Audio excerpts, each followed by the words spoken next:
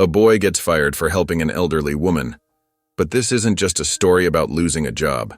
It's about a simple act of kindness that sets off an extraordinary chain of events. When the boy helps her carry groceries, he loses everything. But what she gives him in return? A note so shocking it changes his life forever. What could be in that note? And how does it lead to a battle against injustice, a community united, and a legacy that will never be forgotten? Before we get into the story, comment below where in the world you are watching from today. The early morning sun hadn't yet peeked over the horizon when Nico's alarm clock rang at 4:30 a.m. He rubbed his sleepy eyes and quietly slipped out of bed, careful not to wake his mother Mia, who was still fast asleep in the next room. Their small apartment wasn't much, but it was home, and Nico knew every creaky floorboard to avoid. In the dim light of his bedroom, he looked longingly at the picture of a shiny red bicycle he'd cut out from a magazine and taped to his wall. Every morning, that picture reminded him why he got up so early, why he worked so hard. He'd been saving every penny from his milk delivery job, dreaming of the day he could finally buy that second-hand bicycle from Wilson's bike shop downtown. Just 3 more months, he whispered to himself, pulling on his worn but clean uniform. A white shirt with the fresh Daily Dairy logo and khaki pants that his mother had carefully hemmed to fit him. In the kitchen, Nico found a note from his mother. "Have a great morning, sweetheart. I made your favorite sandwich for lunch. Love, Mom." He smiled, tucking the sandwich into his backpack. His mother worked late shifts at the diner, but she never forgot to make his lunch. The streets were quiet as Nico walked to the dairy distribution center, his footsteps echoing in the empty morning air. The streetlights cast long shadows, and his breath made little clouds in the cool morning air. At 7 years old, he was the youngest delivery person at Fresh Daily Dairy, but Mr. Davis had given him a chance when he'd begged for the job 3 months ago. "Morning, Mr. Davis," Nico called out cheerfully as he entered the distribution center, where the smell of fresh milk and cold storage filled the air. Mr. Davis, a tall man with salt and pepper hair and kind eyes, looked up from his clipboard. "Right on time as always, Nico. Say we're a bit short-handed today. Think you can handle 3 extra stops on your route?" Nico's eyes lit up. Extra stops meant extra tips, and extra tips meant getting closer to his bicycle dream. "Yes, sir, I can do it." "That's the spirit," Mr. Davis smiled, handing him an updated delivery list. "Just be careful out there, okay?" As Nico loaded his cart with milk bottles, he couldn't help but feel proud. The other delivery people used bicycles, but he managed just fine with his little wheeled cart, even if it took longer. He arranged the bottles carefully, making sure none would clink together during his deliveries. The sky was beginning to lighten as he started his route. The first few deliveries went smoothly. Mrs. Johnson at number 42 even gave him an extra quarter tip for being so punctual. As he rounded the corner onto Maple Street, he noticed Miss Margaret, the elderly lady from number 67, struggling with her grocery bags. She was trying to manage 3 heavy-looking paper bags while fumbling with her keys, and Nico could see she was having trouble. His heart told him to help, but he glanced anxiously at his watch. He was already going to be pressed for time with the extra deliveries. Miss Margaret's hands trembled as she tried to balance the bags, and one started to tip precariously. Nico watched, his feet rooted to the spot, torn between his responsibility to complete his route on time and his desire to help. He'd seen Miss Margaret around the neighborhood before, always alone, always looking a bit sad despite her gentle smile. The memory of his mother's words echoed in his mind. "Sometimes, Nico, being kind is more important than being on schedule."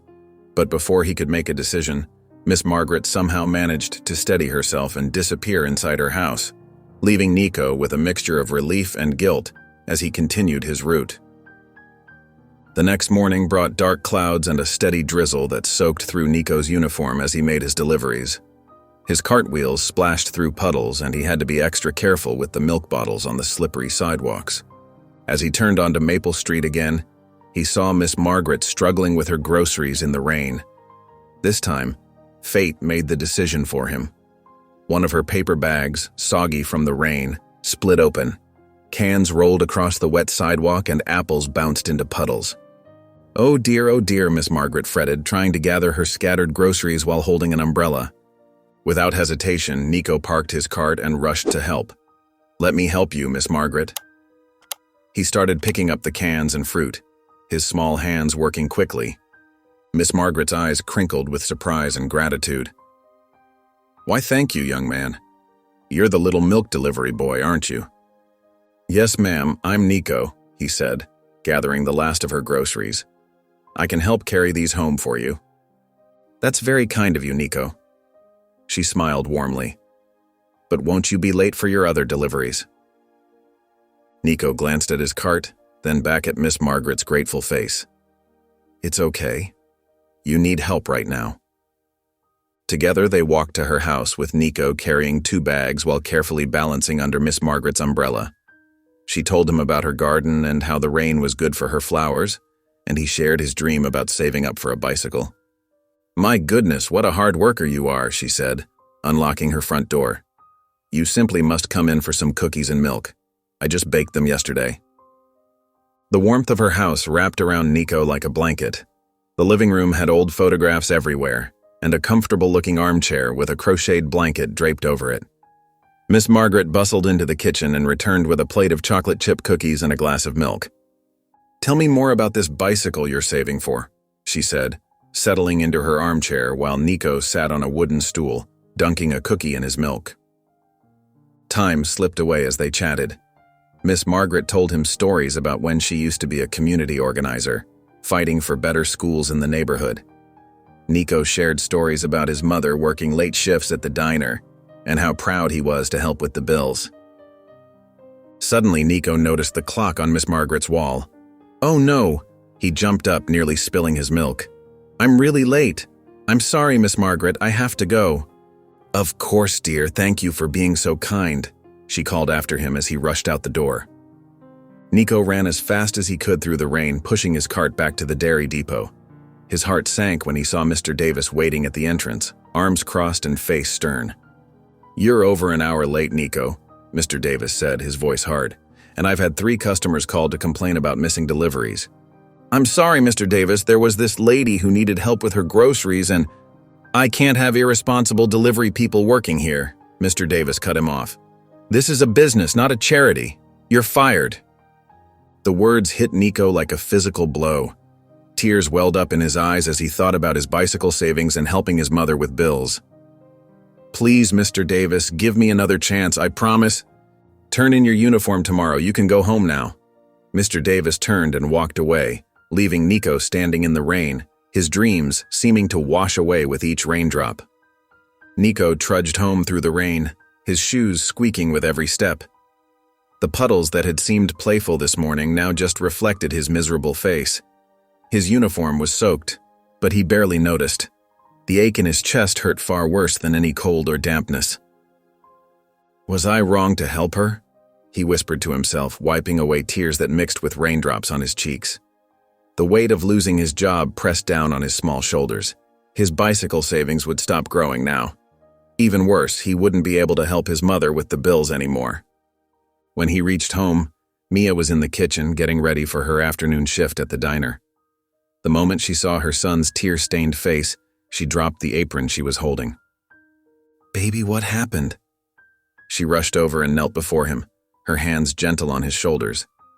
Through hiccups and fresh tears, Nico told her everything, about Miss Margaret's groceries, the cookies, and Mr. Davis firing him. "I was just trying to help," he finished in a whisper. "But maybe I should have just kept walking like everyone else does." Mia pulled him close, not caring that his wet clothes were soaking into her diner uniform. "Listen to me, Nico," she said firmly but tenderly. "Being kind is never the wrong choice. Never." "But I lost my job," he sniffled against her shoulder. "Jobs come and go, baby," she stroked his wet hair. "But the kind of person you are, that stays forever. I'm so proud that you stopped to help Miss Margaret. That means more to me than any paycheck." Nico pulled back slightly, looking into his mother's warm brown eyes. "Really?" "Really." She smiled, wiping his tears with her thumb. "Kindness always matters, even when it costs us something, sometimes especially then." Meanwhile, across the neighborhood, Miss Margaret was serving tea to her neighbor, Mrs. Chen, when she learned what had happened. "Did you hear about that sweet little milk delivery boy?" Mrs. Chen asked, stirring sugar into her cup. "Mr. Davis fired him this morning for being late with his deliveries." Miss Margaret's hand trembled, nearly dropping her teacup. "Fired? But... oh no." Her face fell as realization dawned. "He was late because of me." "What do you mean?" Mrs. Chen asked. Miss Margaret's eyes filled with tears as she explained about the groceries and their time together. That dear, sweet boy lost his job because he stopped to help an old woman in the rain. Her voice cracked. "He told me he was saving for a bicycle and helping his mother with bills." "It's not your fault," Mrs. Chen tried to comfort her, but Miss Margaret shook her head. "He sacrificed his job to help me, and I didn't even realize." She stood up suddenly, her arthritis forgotten in her distress. "I need to do something. That child showed more kindness in one morning than most people do in a lifetime." "What will you do?" Mrs. Chen asked. Miss Margaret's eyes took on the determined look that her old friends would have recognized from her community organizing days. "I don't know yet," she admitted, "but I won't let that boy's kindness go unrewarded. We can't let the world teach children that helping others is a mistake." The next morning, Nico walked through the neighborhood with a small wagon he'd borrowed from his mother. Inside were some old gardening tools and a recycling bin. His mother had suggested that even without his milk route, there were other ways to earn money. He knocked on Mr. Johnson's door first. The elderly man had always been nice to him during his milk deliveries. "Well, if it isn't my favorite milk delivery boy," Mr. Johnson said, then quickly apologized when he saw Nico's face fall. "What can I do for you today, son?" "I was wondering if you needed any help with your lawn, sir." Nico gestured to the overgrown grass. "Or maybe you have some recyclables I could collect." Mr. Johnson's eyes softened. "As a matter of fact, I do need help with both. My back isn't what it used to be." By lunchtime, Nico had mowed 2 lawns and collected 3 bags of recyclables. His arms ached and his face was streaked with dirt, but the few dollars in his pocket gave him hope. It wasn't as much as his milk route, but it was something. As he pulled his wagon past Miss Margaret's house, her door opened. "Nico," she called out, "come in for some lemonade. You look like you could use a break." Inside her cozy kitchen, Miss Margaret poured him a tall glass of fresh lemonade and set out a plate of cookies. "I see you're keeping busy," she said, nodding toward his wagon visible through the window. "I have to find new ways to earn money," Nico explained, taking a long drink. "Mom says we can't give up just because things get hard." Miss Margaret sat across from him, her eyes twinkling. "Your mother is a wise woman. You know, when I was younger, I fought for things I believed in too. Sometimes it felt impossible, but we never gave up." "What did you fight for?" Nico asked, reaching for another cookie. "All sorts of things, fair wages, better schools, safer streets." She smiled at the memories. "People told us we were just causing trouble, but we knew what was right. Sometimes you have to stand up even when it's scary." Nico thought about this as he munched his cookie. Like helping someone when everyone else walks by? Exactly like that. Miss Margaret reached across the table and patted his hand. "Tell me about this bicycle you're saving for." Nico's eyes lit up. "It's at Wilson's bike shop. It's blue with silver handlebars and it's second-hand but still really nice. Mr. Wilson said he'd hold it for me, but..." His voice trailed off. "But now it will take longer to save up?" Miss Margaret finished gently. Nico nodded, trying not to look too disappointed. "Well," Miss Margaret said, straightening in her chair, "I think we can help each other. My garden needs tending and these old bones aren't as flexible as they used to be. Would you be interested in becoming my official gardener? I pay fair wages." "Really?" Nico's face brightened. "I'd love to. And while you work, I can tell you more stories about standing up for what's right." She winked at him. "Maybe together we can figure out how to make things better around here." "What do you mean?" Nico asked, curiosity sparking in his eyes.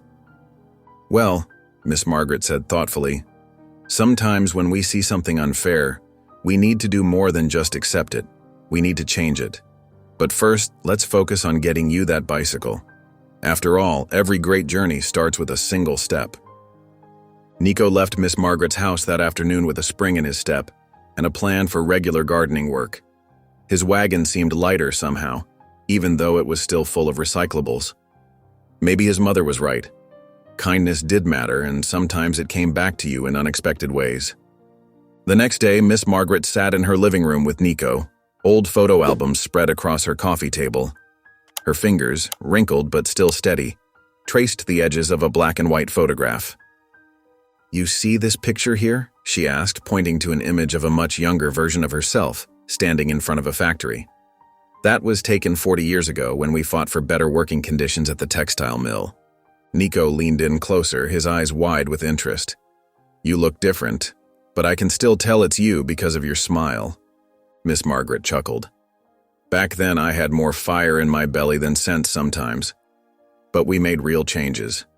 Got proper breaks for the workers, better pay, safer conditions." She turned the page, revealing more photographs of protest signs and crowds of people. It wasn't easy, mind you. Plenty of people told us to give up, to accept things as they were. "Like Mr. Davis did when he fired me?" Nico asked quietly. "Exactly like that." Miss Margaret's expression hardened slightly. "And you know what? Seeing how they treated you reminded me of something important, that sometimes we need to speak up, even when it's uncomfortable." She closed the album and sat up straighter. "In fact, I think it's time I paid a visit to the milk company myself." Later that afternoon, Miss Margaret walked into the pristine lobby of the milk company's main office. Her sensible shoes clicked against the polished floor as she approached the front desk. "I'd like to speak with Mr. Hargrove, please." The receptionist looked up, skeptical. "Do you have an appointment?" "No, but this concerns an urgent matter about unfair treatment of employees." Miss Margaret's voice was firm, but polite. After several minutes of back and forth, Miss Margaret found herself seated in Mr. Hargrove's office. The company owner sat behind an imposing desk, his expression cold and dismissive. "Mrs. he began. "Miss Margaret will do just fine," she interrupted. "I'm here about Nico Thompson, one of your young delivery boys who was unfairly dismissed." Mr. Hargrove's face remained impassive. "Ah yes, the boy who abandoned his route. I'm afraid there's nothing to discuss. We have strict policies about reliability." "That boy stopped to help an elderly woman with her groceries in the rain," Miss Margaret said, her voice steady but intense. "He showed exactly the kind of character we should be encouraging in young people." "Miss Margaret," Mr. Hargrove said, leaning back in his leather chair. "This is a business, not a charity.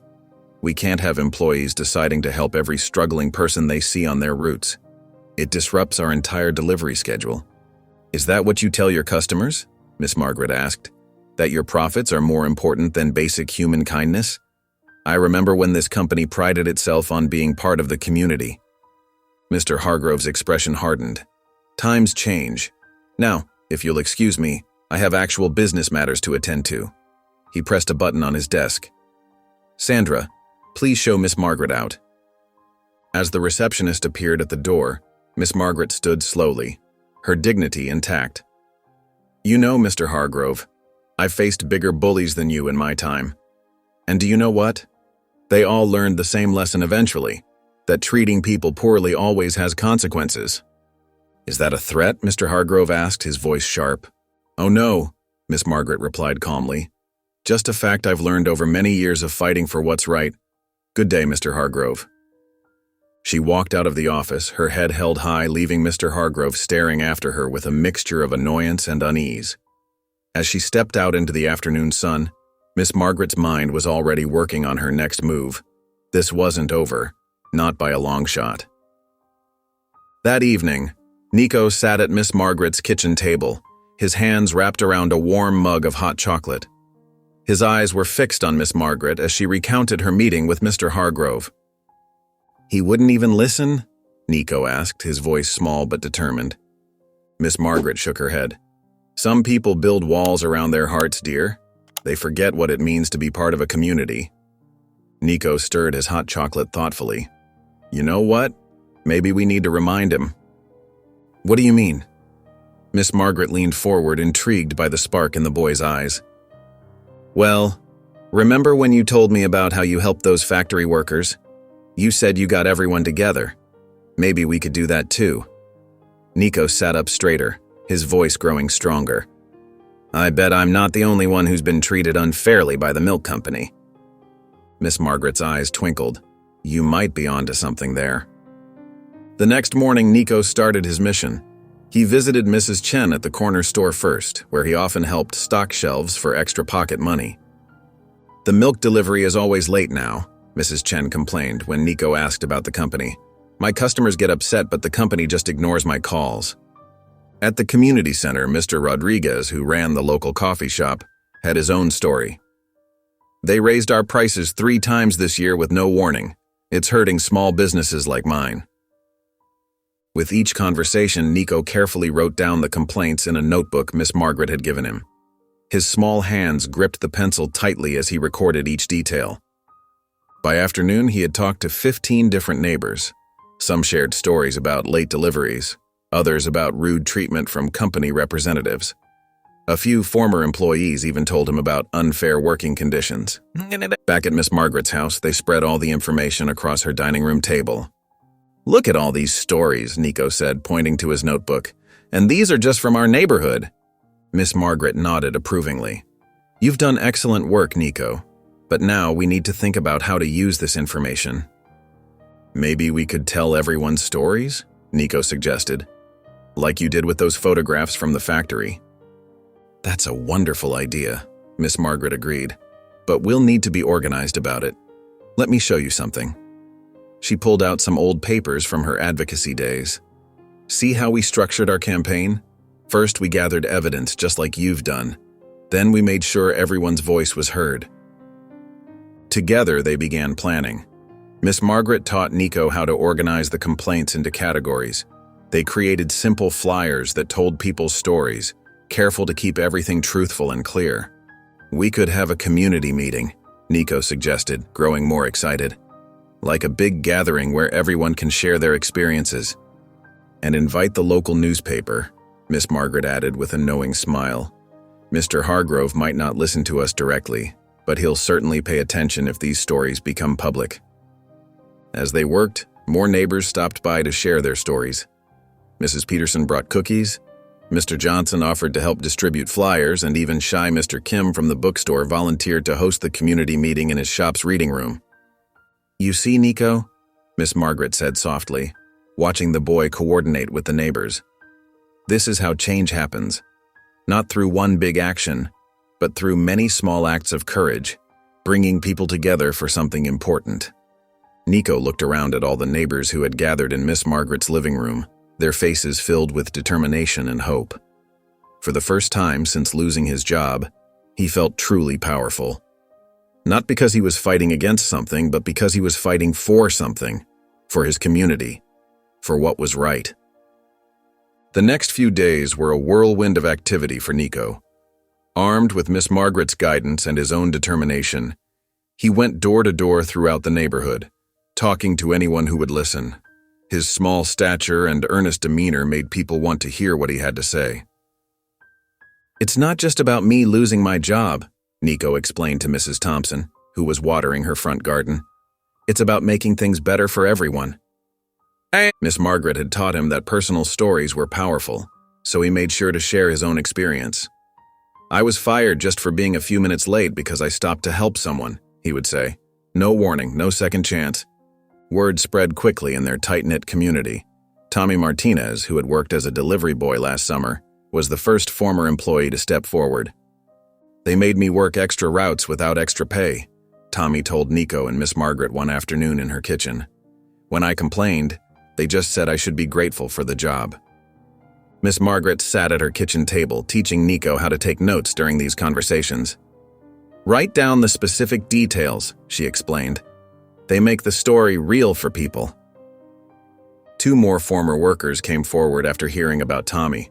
Sarah Chen had worked in the depot's office, and James Wilson had been a driver.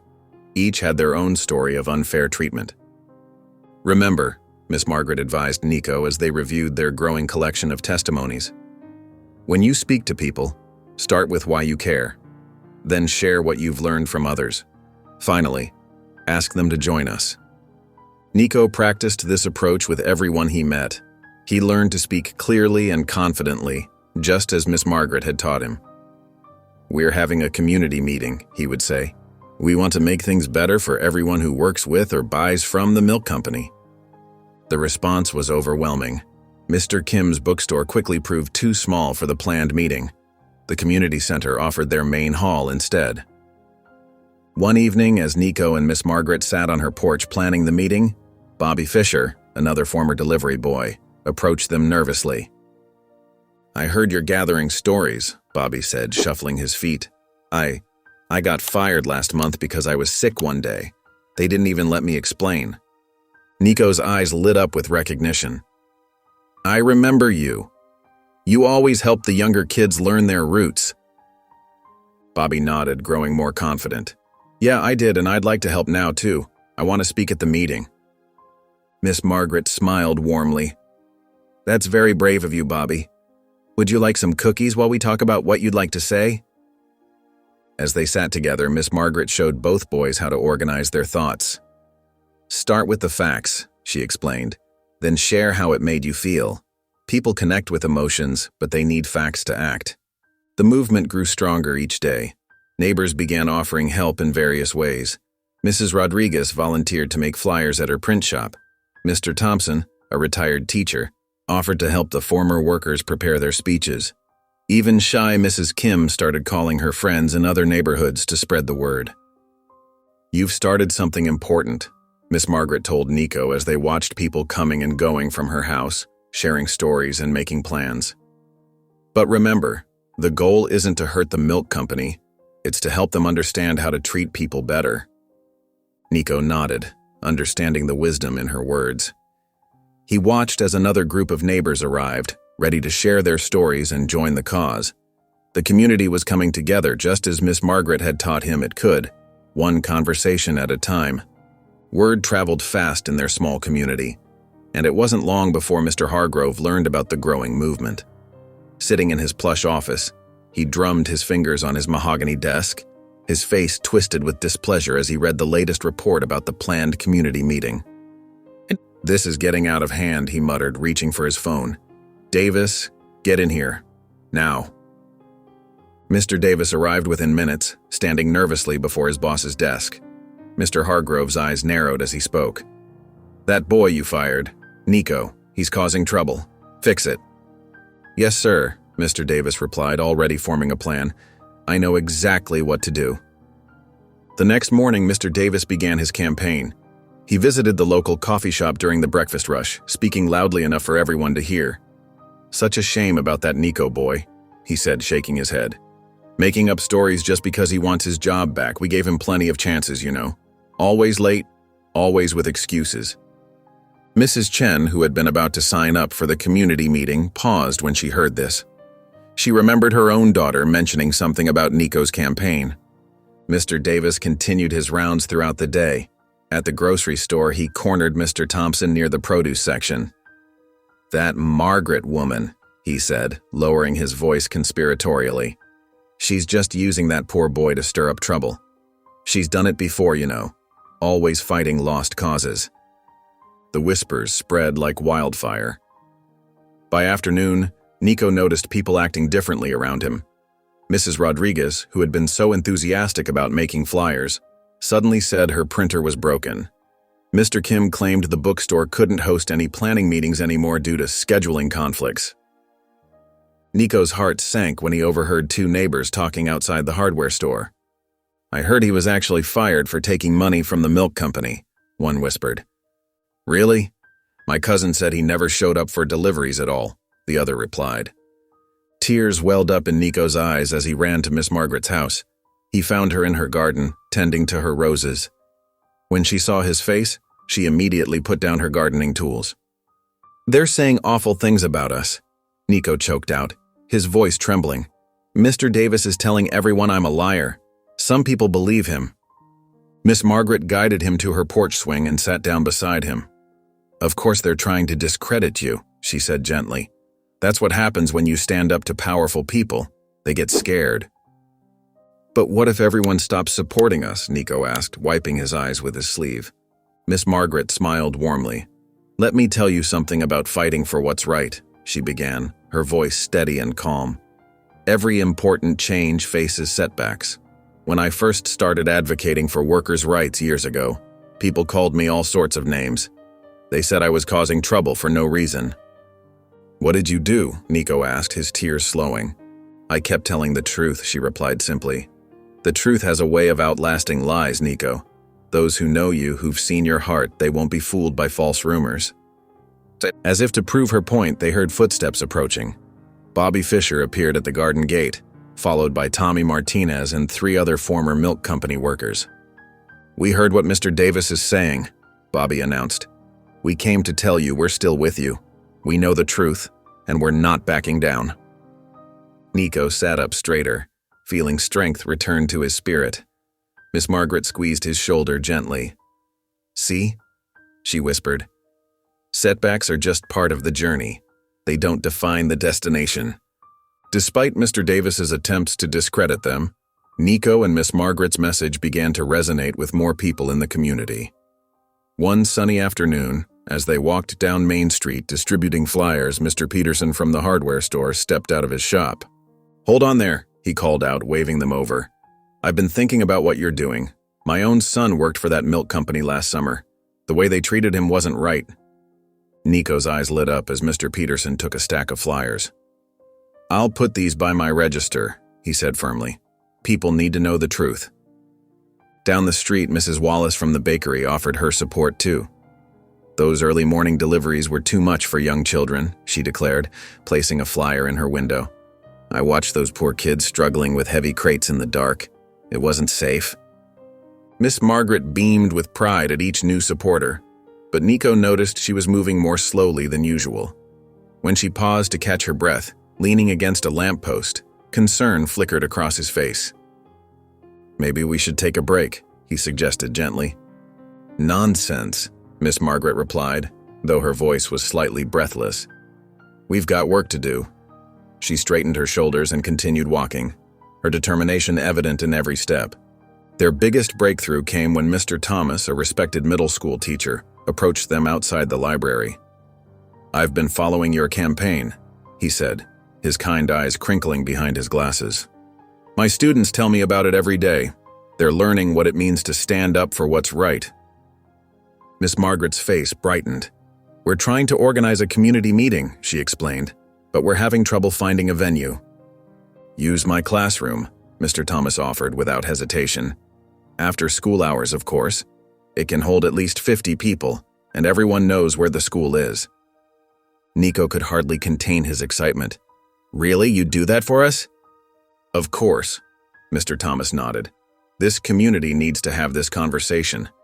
And you two," he looked at both Nico and Miss Margaret with admiration, "you're showing us how to have it." As they continued their rounds, more shopkeepers and residents stepped forward. The owner of the local diner promised to provide refreshments for the meeting. The print shop offered to make proper posters at no charge. Each small gesture of support added to their momentum, but Nico couldn't help worrying about Miss Margaret. She insisted on visiting every street, talking to everyone who would listen, even as her steps grew slower and her breaks more frequent. When she stumbled slightly on the curb, Nico caught her arm. "You're pushing yourself too hard," he said, his voice full of concern. Miss Margaret patted his hand. "Sometimes, dear boy, being tired is a badge of honor. It means you're fighting the good fight." She straightened up and smiled at him. "Besides, watching you stand tall against injustice gives me all the energy I need." The afternoon sun cast long shadows as they made their final stops. Miss Margaret's voice might have grown softer, but her words remained strong and clear. Each time she shared their story, Nico watched in amazement as she transformed from a tired elderly woman into a powerful advocate, her eyes bright with purpose. "You see," she told him as they headed home, "people want to do what's right. Sometimes they just need a little reminder of what that means." She paused to rest on a bench, her breath coming in short gasps, but her smile never wavered. And sometimes it takes a brave young boy to give them that reminder. The next morning dawned crisp and clear as Nico gathered with a small group of supporters outside the corner store. His hands trembled slightly as he distributed the stack of freshly printed flyers, but his voice remained steady. "Remember what Miss Margaret taught us," he said to the nervous faces around him. "We're just here to share the truth, that's all." Mrs. Rodriguez from the flower shop squeezed his shoulder. "You're very brave, Nico." Her teenage son Carlos nodded in agreement, clutching his own stack of flyers. The group of 8 made their way toward the milk depot where delivery trucks were starting their morning routes. Early morning customers were already lined up to buy fresh milk and cream. Nico took a deep breath and stepped forward, offering a flyer to a woman in a blue coat. "Excuse me, ma'am," he said politely. "We want people to know how the milk company treats its workers, especially the kids." The woman accepted the flyer, her eyes widening as she read. "They really make children work these hours?" she asked, looking shocked. More customers began accepting flyers, forming small clusters as they read and discussed. Some shared stories of their own children's experiences working for the company. A few even pulled out their phones to take pictures of the flyers. "This is outrageous," one man declared loudly. "My grandson wanted to work here, but now—" Mr. Davis burst out of the depot's office door, his face red with anger. "What do you think you're doing?" he shouted, storming toward them. "This is private property. I'll call the police right now."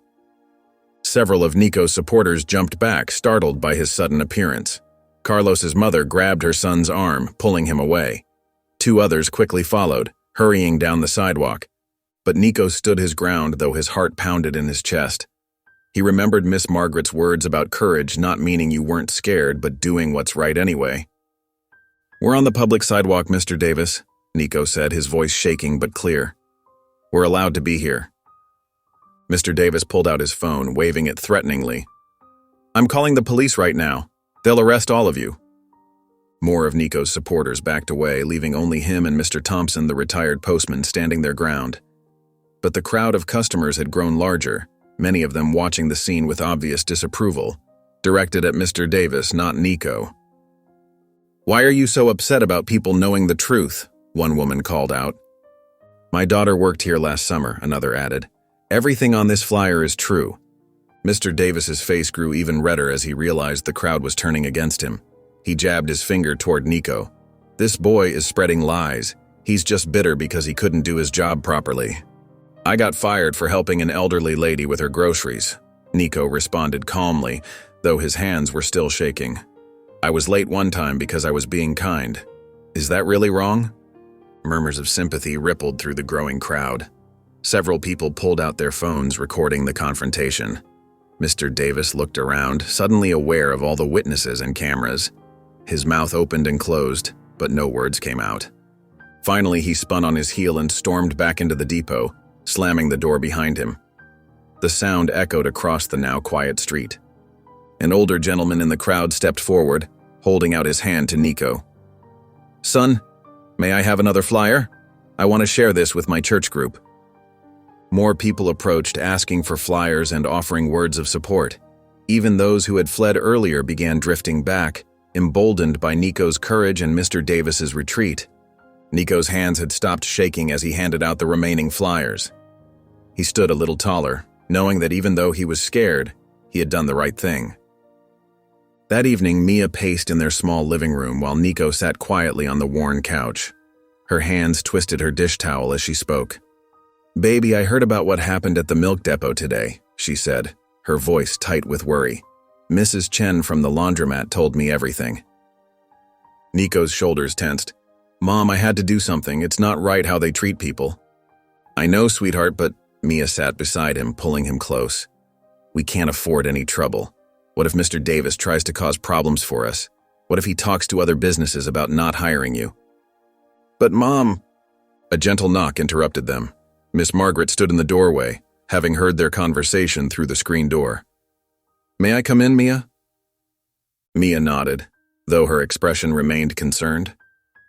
Miss Margaret settled into the armchair across from them, her movements slower than usual.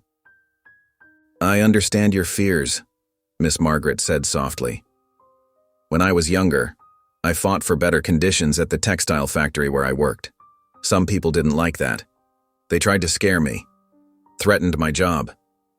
She leaned forward, her eyes intense. But change never comes without risk, Mia. Your boy, he sees what's wrong and wants to fix it. That's rare and precious. Mia's grip on the dish towel loosened slightly. I'm proud of him for caring. I just want to protect him, Miss Margaret finished. Of course you do, but sometimes the best protection we can give our children is supporting them when they stand up for what's right. Nico watched his mother's face, seeing the worry battle with understanding. Finally, Mia pulled him into a tight hug. Promise me you'll be careful, she whispered. I promise, Mom. Over the next few days, Nico threw himself into the campaign. When his friends called him to play baseball in the vacant lot, he shook his head. Can't today, he said. Got to help Miss Margaret make more flyers. Tommy, his best friend, kicked at the dirt. You never play anymore. It's like you forgot how to have fun. Nico's heart squeezed, but he turned away. This is important. Later that afternoon, as he helped Miss Margaret organize papers in her living room, she noticed his quietness. I saw Tommy and the others playing earlier, she said carefully. You could have taken a break to join them. There's too much to do, Nico replied, sorting another stack of papers. Miss Margaret set down her teacup with a gentle clink. Let me tell you a story, dear heart. Years ago, when I was fighting for better safety rules at the factory, I worked every spare minute, missed my sister's birthday party, skipped Sunday dinners with my parents. I thought I had to give up everything else to make change happen. She reached for Nico's hand. But you know what I learned? Fighting for what's right shouldn't mean giving up everything that makes life sweet. Those moments of joy, they give us strength to keep going. But what if we lose momentum? Nico asked, his voice small. The world won't fall apart if you take an afternoon to play baseball, Miss Margaret said with a gentle smile. In fact, I remember one time when I pushed too hard, worked too much. I got so tired and discouraged that I almost gave up completely. Sometimes taking a break is the bravest thing you can do. Nico looked down at the papers in his hands, thinking about Tommy's disappointed face. Maybe I could play for a little while tomorrow? I think that's a wonderful idea, Miss Margaret said, patting his hand. The fight for justice is a marathon, not a sprint. We need to pace ourselves. The weekend market bustled with life as vendors set up their colorful stalls under the warm morning sun. Nico helped Miss Margaret arrange their simple booth, carefully placing their handmade signs and stacks of petitions on a borrowed card table. Is this straight enough? Nico asked, adjusting a poster that read, Fair treatment for all workers. Miss Margaret nodded, her silver hair catching the sunlight. Perfect, dear. Now remember what we practiced. Speak from your heart when people stop by. The market grew busier as the morning wore on. Shoppers paused at their booth, drawn by Nico's earnest voice as he shared his story. They fired me just for being kind, he explained to Mrs. Rodriguez from the bakery. And I'm not the only one they've treated unfairly. Miss Margaret added her own experiences, her quiet dignity lending weight to their cause. We've heard from dozens of former workers, she explained. Young people working longer hours than allowed by law, unsafe conditions, sudden dismissals without cause. People listened. They signed. The pile of signatures grew steadily. Look how many we have already, Nico exclaimed, counting another page of names. Around noon, 3 men in milk company uniforms approached their booth. Their heavy footsteps and stern faces made Nico's heart skip a beat. He recognized them as drivers from the depot. Mr. Hargrove sent us to shut this down, the tallest one announced, reaching for their petition sheets. Miss Margaret rose from her folding chair, her 5'2" frame somehow filling the space between the men and their booth. You'll do no such thing, she said, her voice firm but calm. This is a public market, and we have every right to be here. Ma'am, you're spreading lies about the company, another driver insisted. Every word we've shared is true, Miss Margaret replied. Her hands trembled slightly, but her voice remained steady. And if Mr. Hargrove wants to challenge that, he's welcome to come speak to us himself instead of sending others to do his dirty work. Market vendors began moving closer. Mr. Chen from the vegetable stand, the Williams sisters who sold honey, Mrs. Rodriguez with her basket of fresh bread. They formed a protective circle around the booth. Is there a problem here? Mr. Chen asked, crossing his arms. The drivers looked around, suddenly aware of the crowd gathering. People had stopped shopping to watch, many holding signed petitions in their hands. This isn't over, the tall driver muttered, but they backed away and disappeared into the crowd. A burst of applause broke out. Miss Margaret sank back into her chair, her face pale but triumphant. That was amazing! Nico hugged her tight. You weren't scared at all. Miss Margaret chuckled softly. Oh, I was plenty scared, dear heart. But being brave doesn't mean you're not afraid. It means doing what's right even when you are afraid. The incident seemed to energize the market-goers. More people approached their booth, eager to learn about their cause and sign the petition. Vendors brought them cold lemonade and snacks, refusing payment. My boy worked for that company last summer, Mrs. Williams shared as she added her name to the petition. They worked him so hard he got sick, then fired him for missing 2 days. My nephew too, added Mr. Chen. It's time someone stood up to them. By the end of the market day, their petition sheets were filled with signatures. Nico carefully counted them twice. 342 names, he announced proudly. Miss Margaret smiled, though exhaustion showed in the lines of her face. A wonderful start, she said. And more importantly, we showed them we won't be intimidated. The success at the weekend market didn't last long. By Monday afternoon, whispers of doubt began spreading through the neighborhood like autumn leaves in the wind. Nico noticed the change immediately. The way some neighbors hurried inside when they saw him coming, how others avoided meeting his eyes. My dad says we shouldn't get involved, Danny told Nico as they sat on the front steps of Danny's house. Danny was Nico's best friend since kindergarten, the one who always joined his adventures and shared his dreams. But today, Danny's voice was different, hesitant and worried. But you know what happened to me wasn't fair, Nico said, his heart sinking. And it's happening to other kids too. Danny picked at a loose thread on his jeans. Dad says the milk company might stop delivering to people who sign the petition, or raise their prices. He says we can't afford that. That's exactly why we need to stand up to them. Nico's voice rose with frustration. They can't just bully everyone. You're just a kid, Nico. Danny wouldn't look at him. We're both just kids. What can we really do? The words stung like a slap. Miss Margaret says age doesn't matter when you're doing what's right. Miss Margaret is old. She doesn't have to worry about things like my dad does. Danny stood up, still avoiding Nico's eyes. I'm sorry, but I can't help with your petition. And maybe we shouldn't hang out for a while. Nico felt like all the air had been squeezed from his lungs. Danny, please! I have to go inside now. Danny turned and walked away, leaving Nico alone on the steps. That evening, Nico sat in Miss Margaret's kitchen, struggling to hold back tears as he told her about Danny. The familiar smell of chocolate chip cookies filled the air, but even that couldn't lift his spirits. It hurts most when the people closest to us don't understand, Miss Margaret said softly, placing a warm cookie in front of him. She lowered herself into her chair with a slight wince. Would you like to hear a story? Nico nodded, wiping his eyes with his sleeve. Many years ago, when I was fighting for better conditions at the textile factory, my own sister stopped speaking to me. Miss Margaret's eyes grew distant with memory. Her husband worked at the bank that gave loans to the factory owners. She was afraid my activism would cost him his job. What happened? Nico asked, leaning forward. The community was split right down the middle. Families stopped talking to each other. Friends turned away from friends. She reached across the table and patted Nico's hand.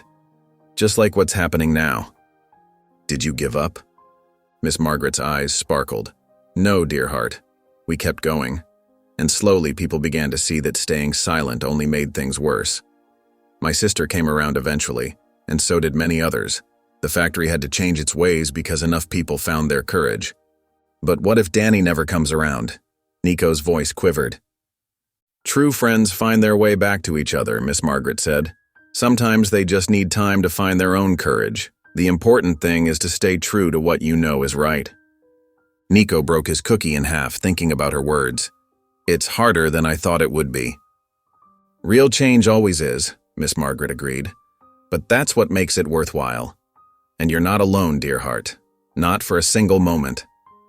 The community center buzzed with tension as people filed in for Mr. Hargrove's public forum.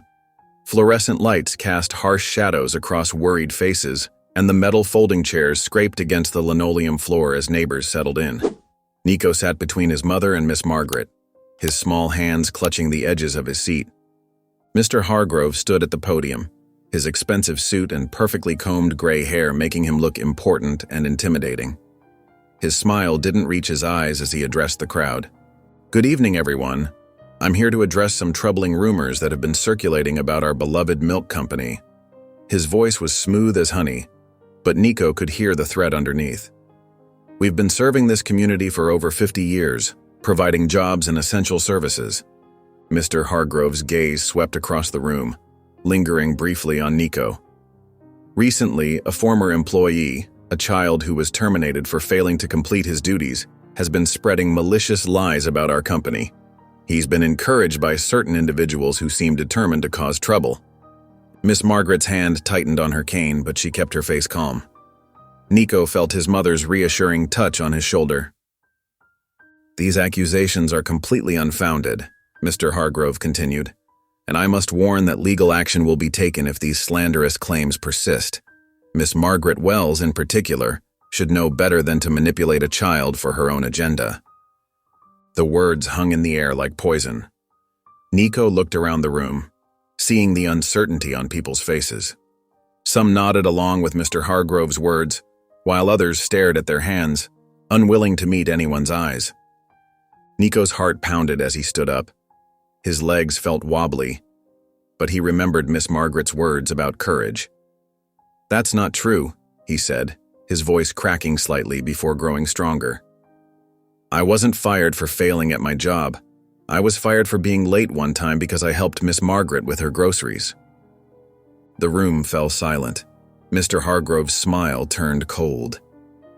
"Young man, this is not the place for—" "I worked hard every day," Nico continued, his voice getting louder. "I never complained about the extra routes or the heavy loads, but when I showed kindness to someone who needed help, I was punished. That's not right." "Sit down, boy," Mr. Hargrove snapped. "This is not a playground for children to—" "My son is telling the truth," Mia stood up beside Nico. "And he's not the only one who's been treated unfairly." From the back of the room, Mr. Johnson, a retired milk truck driver, slowly rose to his feet. "The boy's right. I worked for you for 20 years, Mr. Hargrove, and I saw how you treated people. Always squeezing more work out of us, threatening our jobs if we complained." "This is outrageous." Mr. Hargrove's face reddened. "I will not stand here and let my company's reputation be damaged by these baseless accusations. Let me be very clear. If these attacks continue, there will be serious legal consequences. My lawyers are already preparing." "The truth isn't slander, Mr. Hargrove." Miss Margaret's clear voice cut through his threats. She stood carefully, leaning on her cane. "And you can't silence an entire community with threats. Not anymore." A few more people stood up, then others, creating small islands of support throughout the room. Mr. Hargrove's face darkened as he surveyed the scene, his knuckles white against the podium. "This meeting is over," he announced sharply, "and I strongly advise everyone here to consider their actions very carefully. The consequences of continuing this campaign will be severe." He stormed off the stage, leaving a wake of murmurs and worried conversations behind him. But Nico noticed something else too. People were gathering in small groups, talking earnestly, sharing stories. The wall of silence was beginning to crack. As people filtered out of the community center, a woman with wire-rimmed glasses and a worn leather notebook approached Nico and Miss Margaret. Her salt and pepper hair was pulled back in a neat bun, and her eyes sparkled with interest. "I'm Sarah Peterson from the Daily Chronicle," she said, extending her hand first to Miss Margaret, then carefully kneeling to shake Nico's hand at his level. "What happened in there tonight was remarkable. Would you be willing to tell me more about your story?" Nico glanced at Miss Margaret, who nodded encouragingly. "It's okay, dear. Mrs. Peterson has been writing for our local paper for 20 years. She's always fought for the truth. They settled onto a nearby bench and Mrs. Peterson clicked her pen, ready to take notes. As Nico shared his experience, more people gathered around them. Mr. Johnson, the retired milk truck driver, stepped forward with his own story. "I kept quiet for years," he said, his weathered face tight with emotion. "Watched good people get pushed out because they couldn't keep up with the impossible demands. Some got hurt trying to carry too much, work too fast. A younger man in work boots joined them. I quit last month," he admitted. "They kept adding more stops to my route without extra pay. When I complained, Mr. Davis said I should be grateful to have a job at all." Mrs. Peterson's pen flew across the pages as more former workers shared their experiences. Nico watched in amazement as people who had been too scared to speak at the forum now found their voices in this smaller, safer setting. Miss Margaret's eyes were bright with unshed tears. "This is what happens when one brave soul stands up," she whispered to Nico. "Others find their courage too." The next morning, Nico helped Miss Margaret clip the newspaper article from the Daily Chronicle. Mrs. Peterson had written a powerful piece titled, "Local Boy Exposes Milk Company's Sour Practices." The article detailed not only Nico's story, but included testimonies from former workers and a thorough investigation of the company's labor practices. "Look at this," Miss Margaret said, pointing to her phone. Several local news websites had already picked up the story, and it was spreading across social media. People are sharing their own stories in the comments. "We're not alone anymore." Throughout the day, Nico's mother received calls from neighbors offering support. Even Danny, Nico's friend who had initially refused to help, came by to apologize. "My dad used to work for the milk company," Danny explained, scuffing his shoes on the ground. "He was scared we'd get in trouble if I helped. But after reading the article, he says he wants to tell his story too."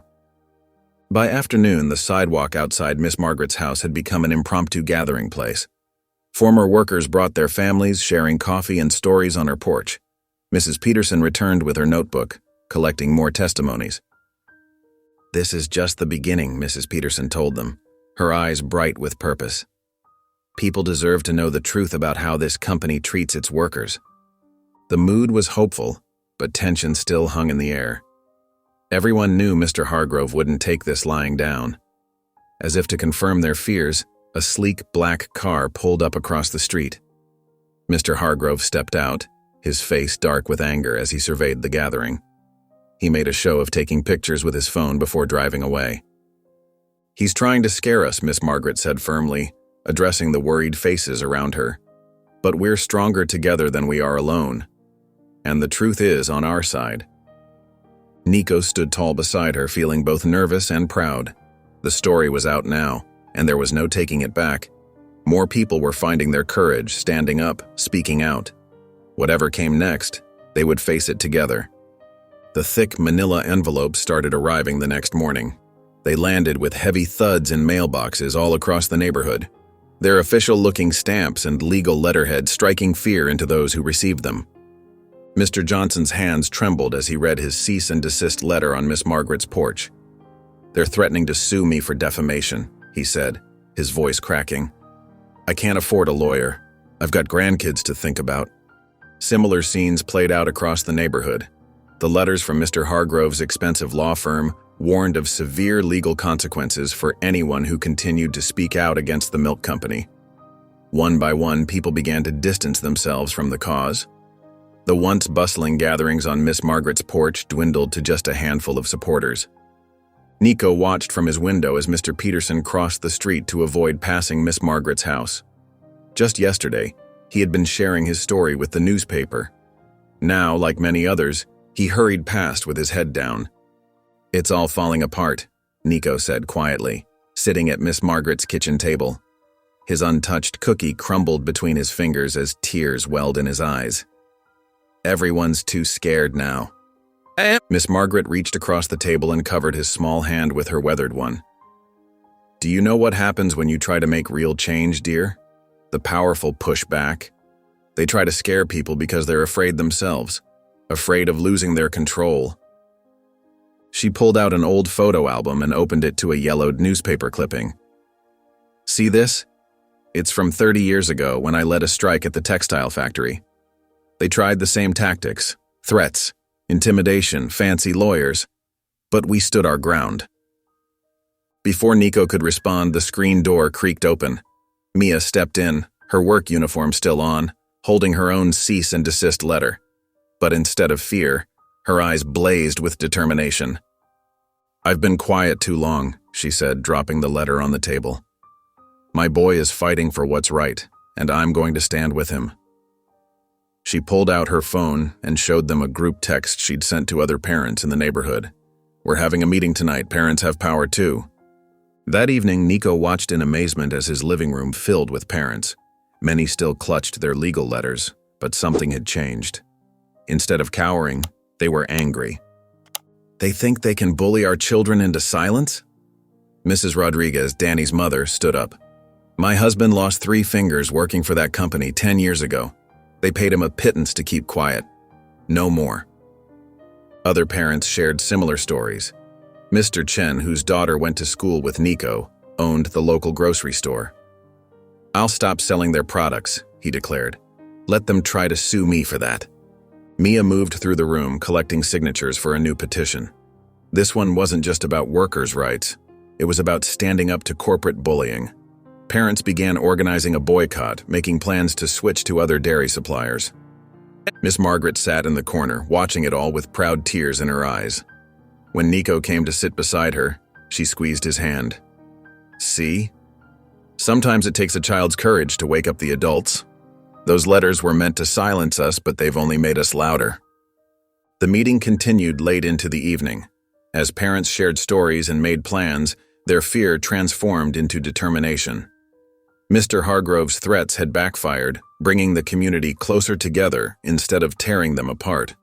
The morning of the rally dawned bright and clear, though Nico's stomach churned with butterflies as he helped Miss Margaret set up chairs in the town square. They had expected maybe 50 people, but as the clock struck 10, streams of people began flowing in from every direction. "Look at all of them," Nico whispered, his eyes wide as he watched familiar faces fill the rows of chairs. There were parents from his school, shopkeepers from Main Street, and even some of the milk company's current workers standing nervously at the edges of the crowd. Miss Margaret squeezed his shoulder. "They're here because of you, dear. Your courage gave them courage." The microphone system crackled to life as Mrs. Peterson stepped up to the podium. Her newspaper articles had helped spread their message, and now her clear voice rang across the square. "We're here today because a 7-year-old boy reminded us what it means to stand up for what's right," she began, gesturing toward Nico. The crowd applauded, and Nico felt his cheeks grow warm. One by one, speakers came forward to share their stories. Mr. Johnson spoke about his years at the milk company, his voice trembling but strong. Mrs. Rodriguez told the story of her husband's accident, bringing tears to many eyes. When Mia took the stage, Nico sat up straighter. His mother looked different today, stronger, more confident. "My son lost his job for showing kindness," she said, her voice carrying across the square. "But what he found instead was his voice, and he helped us all find ours." The crowd had swelled to over 200 people when a familiar figure pushed through to the front. Mr. Davis, his face red with anger, stormed toward the podium where Nico sat with Miss Margaret. "This is ridiculous," Mr. Davis shouted, pointing an accusing finger at Nico. "You're all listening to a child? He's just upset because he couldn't do his job properly." The crowd began to murmur, but before anyone could intervene, Nico stood up. His hands were shaking, but his voice was steady as he faced his former supervisor. "Mr. Davis," he said, loud enough for everyone to hear, "I was late that day because I helped Miss Margaret with her groceries. She was struggling in the rain. You didn't even ask why I was late, you just fired me." He paused, looking Mr. Davis in the eye. "If being kind to people who need help means losing my job, then I'd make the same choice again." A hush fell over the square. Mr. Davis opened his mouth, then closed it again. From somewhere in the crowd, someone started clapping. The applause spread like a wave, growing louder and louder until it echoed off the buildings around the square. Miss Margaret stood beside Nico, her eyes glistening with pride. "That's how you answer hatred, dear, with truth and dignity." Mr. Davis backed away, his face now more confused than angry. The crowd had begun chanting, "Justice, justice," as more people arrived, drawn by the commotion. Local shop owners brought water and snacks for the protesters, and children waved handmade signs calling for fairness. Mrs. Peterson returned to the microphone, her journalist's notebook in hand. "This is what community looks like," she announced, gesturing to the gathered crowd. "This is what happens when we choose to stand together instead of standing aside." The rally continued with more people sharing their stories. Each speaker thanked Nico, the young boy who had reminded them that sometimes the smallest voice could spark the biggest changes. Through it all, Nico sat between his mother and Miss Margaret, watching in amazement as the crowd continued to grow, their voices rising together in a peaceful but powerful chorus for change. As the rally wound down, a tall man in a gray suit lingered at the edge of the dispersing crowd. His silver hair and kind eyes reminded Nico of his grandfather. The man approached Miss Margaret and Nico as they were packing up the last of the chairs. "My name is James Reynolds," he said, extending his hand first to Miss Margaret, then carefully kneeling to shake Nico's hand at eye level. "I used to be a senior manager at the milk company. I've been following your story and, well, there are things you need to know." Miss Margaret studied him carefully. "Perhaps we should continue this conversation somewhere more private." They gathered at Miss Margaret's house, where Mia joined them after Nico called her. Mrs. Peterson had baked fresh cookies for everyone, filling the cozy living room with the smell of chocolate and vanilla. Mr. Reynolds sat in Miss Margaret's floral armchair, his hands clasped tightly in his lap. "I worked for Mr. Hargrove for 15 years, he began, his voice heavy with regret.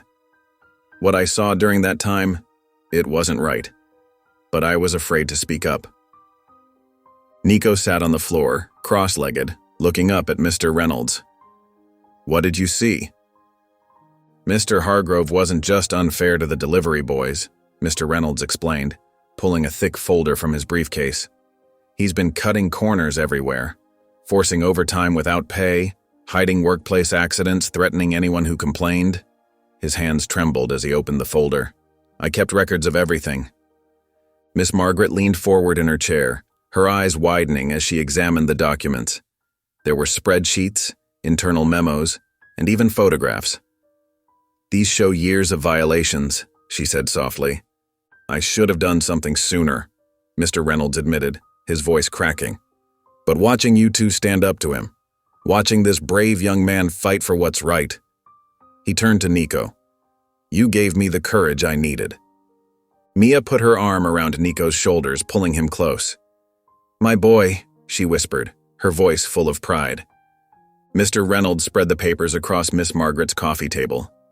"There are health code violations, labor law breaches, falsified safety reports.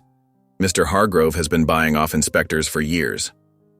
"Why are you showing us this now?" Nico asked, his voice quiet but steady. Mr. Reynolds smiled sadly. "Because sometimes it takes seeing the world through a child's eyes to remember what's right. You didn't worry about consequences or politics. You just saw something wrong and tried to fix it." Miss Margaret began sorting through the documents with practiced eyes. "With this evidence, we can take this to the Labor Board, the Health Department, even the State Attorney's Office." "I'll testify," Mr. Reynolds offered. "I'll tell them everything I know. It's time someone stopped Mr. Hargrove." Nico looked at the papers spread across the table, each one telling a story of someone who had been hurt or treated unfairly. He thought about all the workers who had lost their jobs, all the people who had been scared into silence. "We need to help them all," he said firmly. "Not just the delivery boys, but everyone."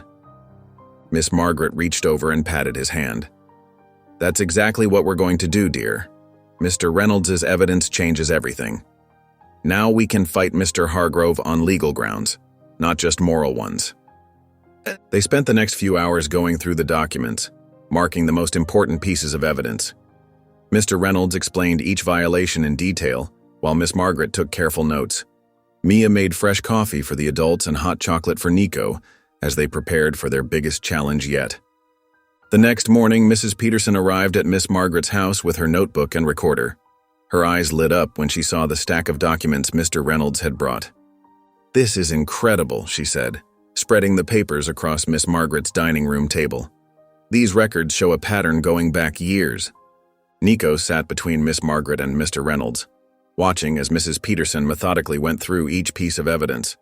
She asked careful questions, taking detailed notes as Mr. Reynolds explained the meaning behind each document. "See these delivery schedules?" Mr. Reynolds pointed to a worn spreadsheet. "They show boys working far more hours than legally allowed. And these accident reports, notice how many are marked resolved without any real investigation." Mrs. Peterson's pen moved rapidly across her notepad. "And you can verify all of this?" "Every bit." Mr. Reynolds nodded firmly. "I'll go on record. It's time people knew the truth." Miss Margaret placed a gentle hand on Nico's shoulder. "Should we include Nico's story as well?" Mrs. Peterson looked up from her notes. "Absolutely. Nico, would you be willing to tell me exactly what happened the day you were fired?" Nico took a deep breath and shared his story, his voice growing stronger as he spoke about helping Miss Margaret with her groceries.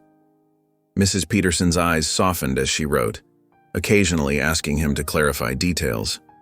3 days later, the article appeared on the front page of the local newspaper.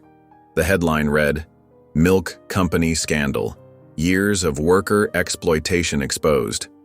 Below it was a photo of Nico standing proudly next to Miss Margaret. The response was immediate.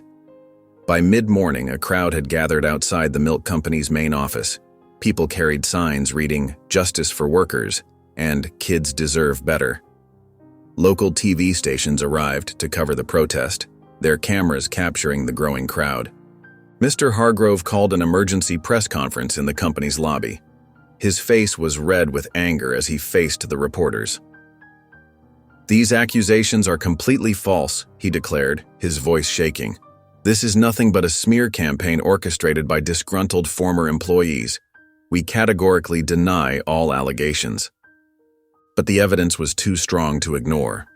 More workers came forward with their own stories, and the protests grew larger each day. Nico watched the news coverage with Miss Margaret, feeling both proud and scared. That evening, Nico found an envelope in their mailbox. Inside was a crudely written note. "Stop causing trouble or else." His hands trembled as he showed it to his mother and Miss Margaret. "We should take this to the police," Mia said, her face tight with worry. Miss Margaret examined the note carefully. "This shows we're making them nervous. But Mia's right. We need to be careful." Mr. Reynolds arrived shortly after, having received similar threats. "They're trying to intimidate us," he said, sitting heavily in Miss Margaret's armchair. "But we can't back down now. Too many people are counting on us." Nico looked at the threatening note again. Despite his fear, he felt a determination growing stronger inside him. "We've come too far to stop now," he said quietly. Miss Margaret squeezed his hand. "That's right, dear. But from now on, no one goes anywhere alone. We'll protect each other." The protests continued to grow outside the milk company. Local business owners began pulling their contracts, and more newspapers picked up the story. Mr. Hargrove's defensive statements only seemed to fuel the public's anger, especially when faced with Mr. Reynolds' detailed evidence. Through it all, Nico found himself at the center of attention. People stopped him on the street to shake his hand or pat his back. "You're a brave kid," they would say, or "Thank you for speaking up." That night, Nico couldn't sleep. He tossed and turned in his bed, the threatening note playing over and over in his mind. Every creak of the house made him jump, and shadows on his wall seemed more menacing than usual. Finally, he padded down the hallway to his mother's room. "Mom?" he whispered, standing in the doorway. "Are you awake?" Mia sat up immediately as if she hadn't been sleeping either. "Come here, sweetheart." She patted the space beside her on the bed. Nico climbed up and curled against her side, feeling like a much younger child. "I'm scared, Mom," he admitted, his voice trembling. "What if something bad happens? What if they hurt you or Miss Margaret because of me?" Mia wrapped her arms around him, running her fingers through his hair the way she used to when he was smaller. "Listen to me, Nico," she said softly. "Being brave doesn't mean you're never scared. It means doing what's right even when you are scared." "But what if I'm not strong enough?" Tears welled up in his eyes. "Maybe we should just stop. Let someone else fight this battle." "Do you remember the story I told you about your grandfather?" Mia asked, wiping away his tears.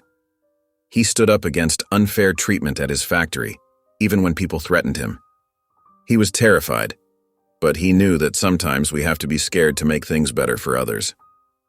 The next morning, Nico noticed something different on his walk to Miss Margaret's house. People were whispering and giving him strange looks. At the corner store, Mr. Jenkins, who had always been friendly, barely nodded at him. He found out why when he reached Miss Margaret's house. She was sitting at her kitchen table, several newspapers spread out before her. Her face was tired but determined. "They're trying to discredit us, dear," she said, showing him the papers. There were articles claiming that Miss Margaret was a known troublemaker with a history of making false accusations. Another story suggested that Nico had been fired for stealing, not for helping Miss Margaret. "But that's not true," Nico protested, his hands clenching into fists. "Of course it's not," Miss Margaret said calmly, pouring him a glass of lemonade. "Mr. Hargrove hired a fancy PR firm to spread these stories. He's spending a lot of money to make us look bad." Nico slumped in his chair. "Some people are already believing it. Mr. Jenkins at the store wouldn't even look at me." "The truth isn't always easy," Miss Margaret said, reaching across the table to pat his hand. "But it has something lies don't have: staying power. Lies need constant effort to maintain. The truth stands on its own." Just then, they heard angry voices outside. Through the window, they could see a small group of people walking past, carrying signs that read, "Stop the lies," and "Protect our company." One woman pointed at Miss Margaret's house and shouted something Nico couldn't hear. His heart sank further. "Maybe we should give up," he whispered. "It's getting worse." Miss Margaret's eyes flashed with a familiar determination. "No, dear. It's getting better. When people resort to lies and intimidation, it means they're running out of real defenses. The truth is making them desperate." She stood up and walked to a shelf, returning with an old photo album. "Look at these," she said, opening it to show him pictures from her past advocacy work. "Every single time we fought for what was right, they tried to stop us with lies. And every single time the truth won out. It just takes patience and courage." Nico traced the old photographs with his finger, seeing the same determination in young Miss Margaret's eyes that he saw now. Despite his fears, he felt something steady and strong growing in his chest, a quiet certainty that they were doing the right thing no matter how hard it got. The thick manila envelope arrived on a Tuesday morning. Miss Margaret's hands trembled as she opened it, with Nico watching anxiously from her kitchen table. Her face grew pale as she read the legal document inside. "What is it?" Nico asked, his stomach churning with worry. "Mr. Hargrove is suing us," Miss Margaret said quietly, setting the papers down. "For defamation. He's claiming we made up lies about his company to hurt his business." Nico's eyes widened. "But everything we said was true. We have proof." "I know, dear." Miss Margaret's voice was steady, but Nico could see the concern in her eyes. "But lawsuits are scary things, even when you're in the right." That word of the lawsuit spread through the neighborhood like wildfire. That afternoon, Nico noticed 3 families crossing the street to avoid walking past him. At the grocery store, Mrs. Chen, who had signed their petition just last week, turned away when she saw him coming. "They're afraid," his mother explained that evening, hugging him close. "Being named in a lawsuit is serious business. Some people can't afford to take that risk." The next morning, a tall man in a crisp suit appeared at Miss Margaret's door. "I'm Benjamin Daniels," he said, extending his hand. "I heard about your situation, and I'd like to help." Mr. Daniels explained that he was a lawyer who sometimes took cases for free when he believed in the cause. His kind eyes and gentle manner reminded Nico of his grandfather. "Mr. Hargrove is counting on intimidation," Mr. Daniels explained, spreading papers across Miss Margaret's dining room table.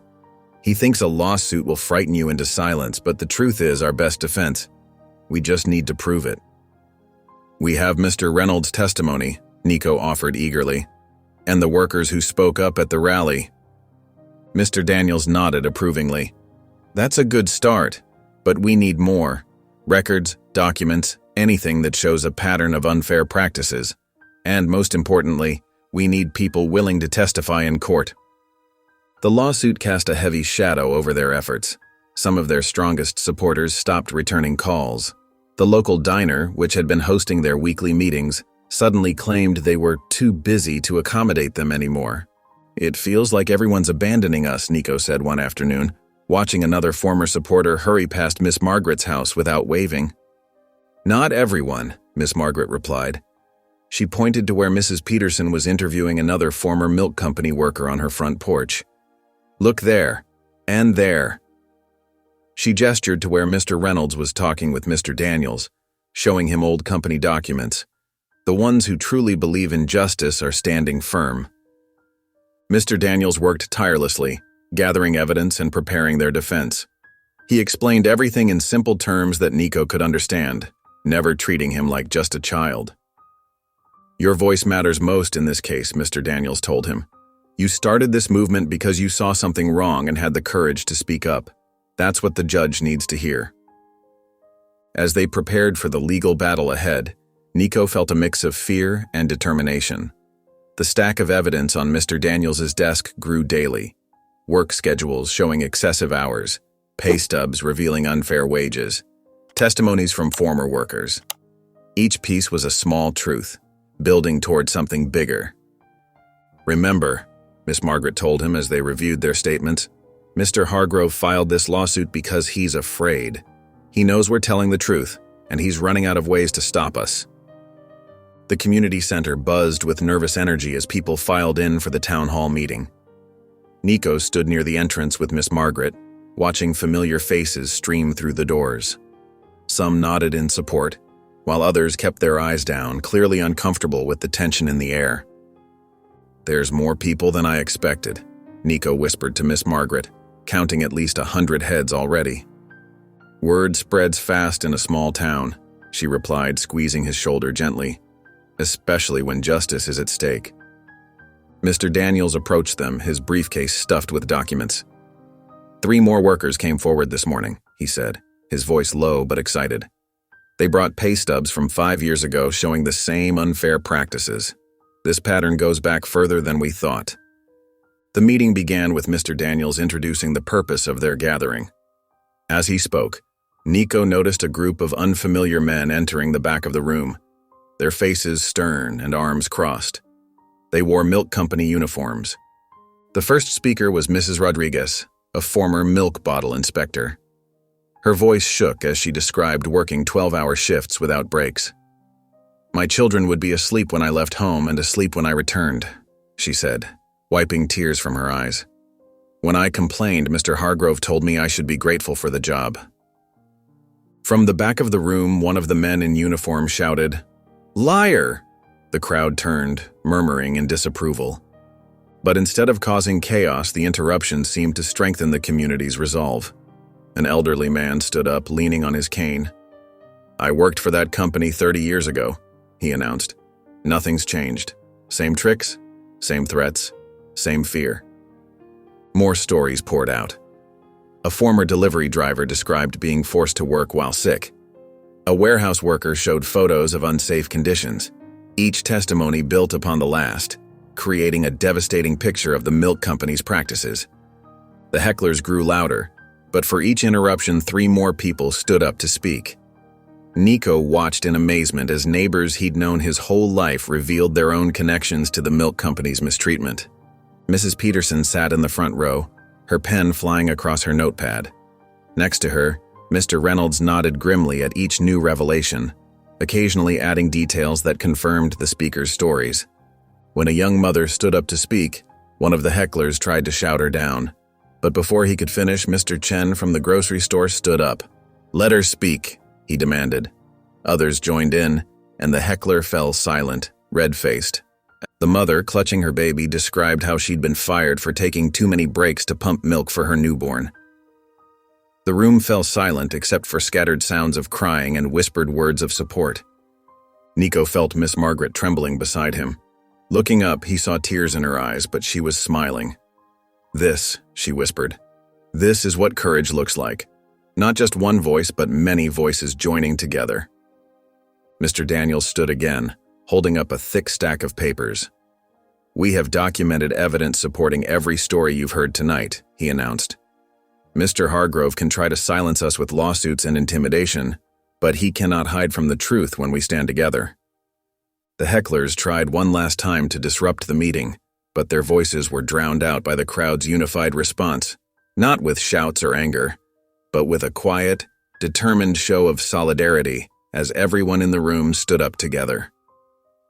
Looking around at all the faces, proud, determined, united, Nico understood what Miss Margaret had always told him about the power of standing up for what's right. It wasn't just about being brave enough to speak up. It was about giving others the courage to join in. The county courthouse loomed over Nico as he walked up the stone steps beside Miss Margaret and Mr. Daniels.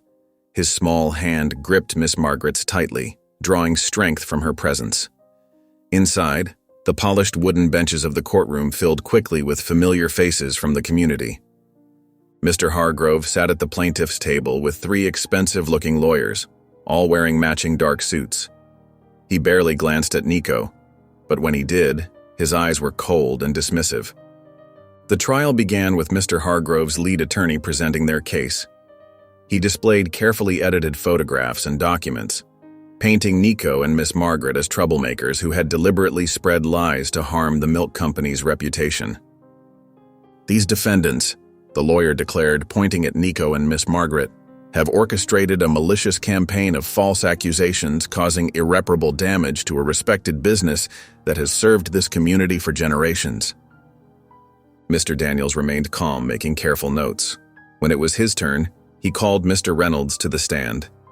The former senior manager spoke clearly and confidently, presenting internal company memos that contradicted Mr. Hargrove's claims. I personally witnessed Mr. Hargrove instruct supervisors to falsify time cards, Mr. Reynolds testified. When workers complained about unsafe conditions, he ordered us to fire them and hire desperate replacements who wouldn't speak up. One by one, former employees took the stand. They shared stories of missed wages, dangerous working conditions, and cruel treatment. Each testimony chipped away at Mr. Hargrove's carefully constructed facade. Mr. Hargrove's lawyers tried to discredit each witness, but the evidence was overwhelming. Documents, photographs, and consistent testimonies painted a clear picture of systematic mistreatment. Finally, it was Nico's turn to testify. He walked to the witness stand, his legs shaking slightly. The chair was too big for him, and his feet didn't quite touch the floor. But when he began to speak, his voice was clear and strong. I loved my job delivering milk, Nico began. I was saving up for a bicycle, and I was proud to help people in our neighborhood. His voice trembled slightly as he continued. But when I stopped to help Miss Margaret with her groceries, I lost my job. They didn't care that she needed help, or that it was raining, or that she could have fallen. Tears welled up in his eyes, but he kept speaking. It wasn't right. And when I learned that other people were being treated badly too, I knew I had to do something. My mom always says that doing the right thing matters more than being comfortable. The courtroom was completely silent as Nico continued. Mr. Hargrove thinks it's okay to hurt people just to make more money. He thinks nobody will stand up to him because he's powerful and we're not. But being powerful doesn't make you right. Nico looked directly at Mr. Hargrove for the first time. I may be just a kid, but I know the difference between right and wrong. And what's happening at the milk company is wrong. People deserve to be treated with respect. They deserve to be safe at work. They deserve to help someone in need without losing their job. Several jurors wiped tears from their eyes. Even one of Mr. Hargrove's lawyers looked down at his notepad, unable to meet Nico's honest gaze. I'm not here because I want to hurt anybody, Nico concluded, his voice growing stronger. I'm here because everybody deserves to be treated fairly. That's what Miss Margaret taught me. That's what my mom taught me, and that's what I believe in my heart. The silence in the courtroom was profound. Mr. Hargrove's confident smirk had vanished, replaced by a look of genuine concern. Miss Margaret dabbed at her eyes with a handkerchief, while Mr. Daniels sat straight and proud beside her. The judge's gavel struck with a sharp crack that echoed through the hushed courtroom. In the matter of Hargrove versus Thompson and Williams, this court finds in favor of the defendants. The lawsuit is dismissed with prejudice. A wave of joy and relief swept through the courtroom. Nico jumped up from his chair, his heart pounding with excitement. Miss Margaret pulled him into a tight hug, her eyes glistening with happy tears. Furthermore, the judge continued, her voice stern and clear, this court orders Hargrove Dairy Corporation to undergo a complete independent audit of their labor practices within 30 days. Mr. Hargrove's face turned an angry shade of red as he slumped in his chair. His lawyers whispered urgently among themselves, but their client barely seemed to hear them. Outside the courthouse, a crowd had gathered. When Nico and Miss Margaret emerged through the heavy wooden doors, cheers erupted from the assembled community members. Former milk company workers, neighbors, and supporters all rushed forward to congratulate them. "You did it, sweetheart," Mia called out, pushing through the crowd to embrace her son. "I'm so proud of you." Mr. Daniels shook hands with both Nico and Miss Margaret. "This is a landmark victory," he said, beaming. "You've changed things for the better, not just for the workers, but for the whole community." Local news reporters surrounded them, cameras flashing and microphones extended. Mrs. Peterson stood at the front, her notebook ready. "Nico, how do you feel about the verdict?" Nico looked up at Miss Margaret, who nodded encouragingly. "I feel happy," he said simply. "Not because we won, but because now things can get better for everyone."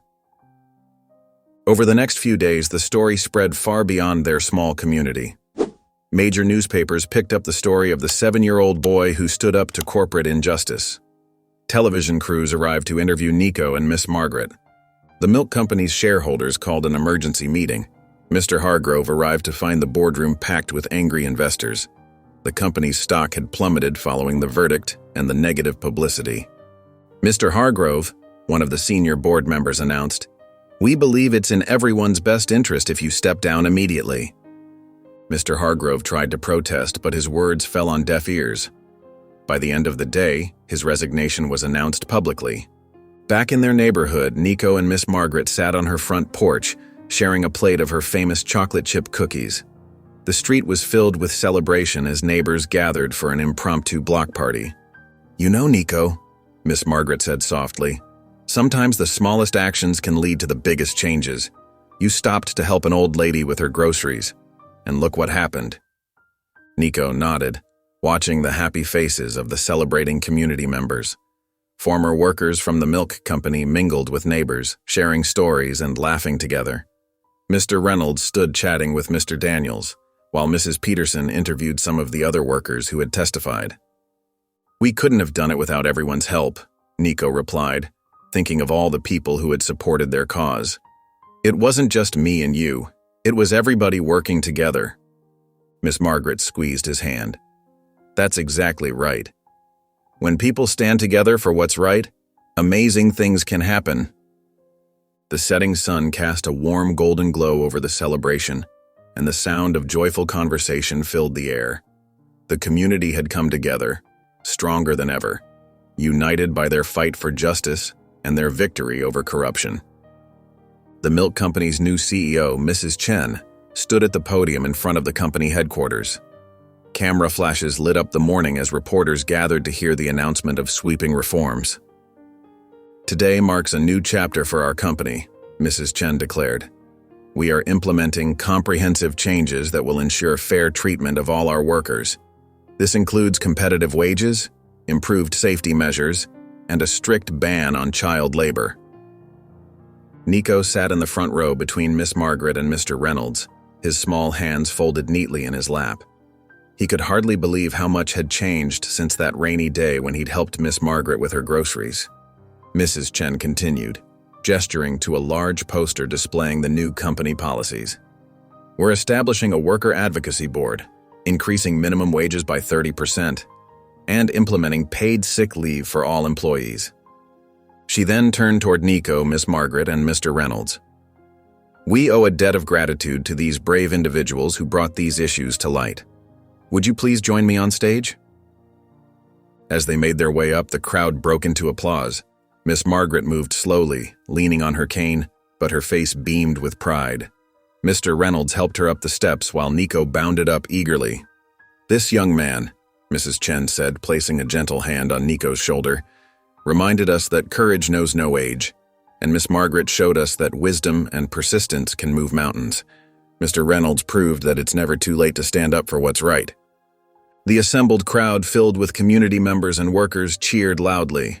Nico spotted his mother in the audience, wiping tears from her eyes.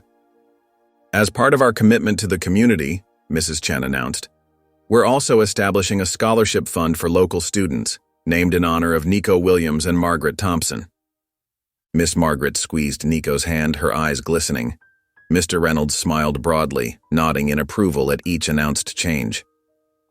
After the press conference, neighbors gathered around them in the company courtyard.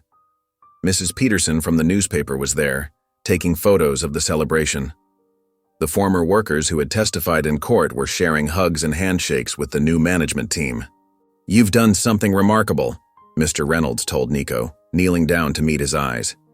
"These changes will help hundreds of people have better lives." Community members took turns congratulating them. Old Mr. Jenkins, who had been skeptical at first, approached with a sheepish smile. "You proved me wrong, young man," he said to Nico. "Sometimes it takes a child to show us adults what courage really means." Miss Margaret watched it all with satisfaction, occasionally dabbing at her eyes with a handkerchief. When asked by a reporter how she felt, she simply said, "Sometimes the smallest spark can light the biggest fire." "This dear boy," she patted Nico's head, "was that spark?" The local newspaper's headline read, "7-year-old hero changes community." Beneath it was a photo of Nico standing proudly next to Miss Margaret, both of them smiling wide. The story of their fight for justice had captured hearts across town, and invitations for Nico to speak began pouring in. At Riverside Elementary School, Nico stood in front of an assembly of students, his voice clear and steady. "I was scared sometimes," he admitted, holding the microphone carefully. "But Miss Margaret taught me that doing the right thing is more important than being afraid." The children listened intently as he shared his story.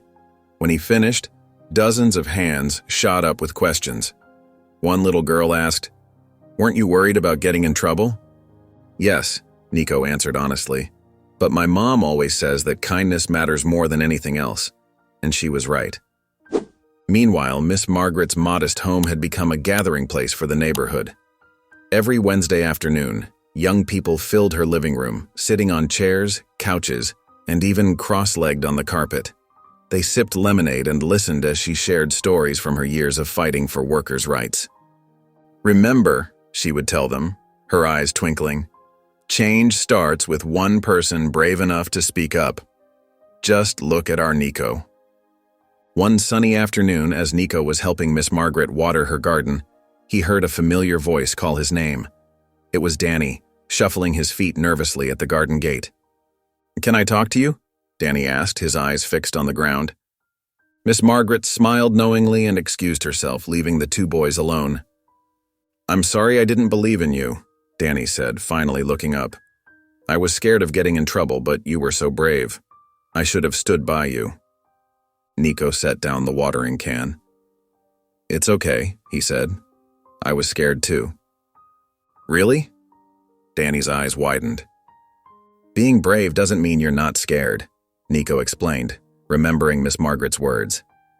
"It means doing what's right, even when you are scared." The boys shared a smile, and Danny pulled out a baseball from his pocket. "Want to play catch? Like we used to?" As they tossed the ball back and forth in Miss Margaret's backyard, their laughter mixed with the sounds of birds chirping and leaves rustling in the breeze. Miss Margaret watched from her porch, her heart full of joy at seeing the friendship renewed. Later that week, during one of her community gatherings, Miss Margaret noticed Danny among the young faces. He sat next to Nico, both boys listening intently as she shared stories about standing up against injustice. "You see," she told the group, gesturing to Nico and Danny, "true friendship can weather any storm, and when we stand together, we can accomplish amazing things." The afternoon sun streamed through her windows, casting a warm glow over the room full of eager young faces. Each one of them carried the potential to make a difference, just as Nico had done. Miss Margaret's weekly gatherings had become more than just storytelling sessions. They were planting seeds of courage and compassion in the next generation. On a bright Saturday morning, Miss Margaret's front yard was unusually crowded. Neighbors stood shoulder to shoulder, whispering and grinning with barely contained excitement.